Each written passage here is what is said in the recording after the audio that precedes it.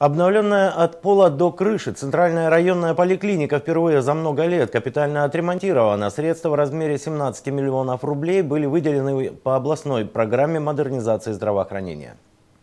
17 миллионов рублей, 6 месяцев ремонтных работ и районная поликлиника полностью преобразилась. Сами медики говорят, все, что было в коридорах и кабинетах до капитального ремонта и после, можно сопоставить с фразой «день и ночь». В здании заменено все от пола до крыши. Появились не только новые системы отопления, электро- и водоснабжения, сами кабинеты стали больше. Удачным техническим и архитектурным решением проекта было то, что мы смогли перенести пожарные выходы с торцов зданий, тем самым увеличили полезную площадь, которую можно использовать. За счет этого нам удалось расширить кабинеты врачей.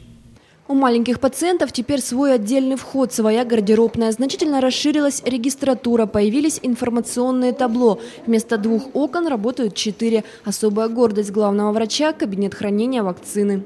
Это специальный кабинет для хранения вакцины. Температурный режим здесь строго поддерживается, не должен превышать 18 градусов. Такими помещениями могут похвастаться далеко не все медучреждения области. В районной поликлинике оно теперь есть. Такому грандиозному обновлению рад весь, без исключения, медицинский коллектив районной поликлиники. Капитального ремонта здесь ждали много лет. Мы очень долго ждали этого долгожданного события, капитального ремонта нашей поликлиники. Наконец-то это свершилось благодаря модернизации здравоохранения. И у нас проведен отличный капитальный ремонт всей поликлиники и, в частности, нашего кабинета. Помимо областных средств на проведение капитального ремонта, поликлиника получила муниципальные деньги в размере 1 миллиона 100 тысяч рублей на новое оборудование, стоматологическую установку, гематологический анализатор, стерилизационное оборудование. Со дня на день медучреждение должно получить новый рентгеновский аппарат.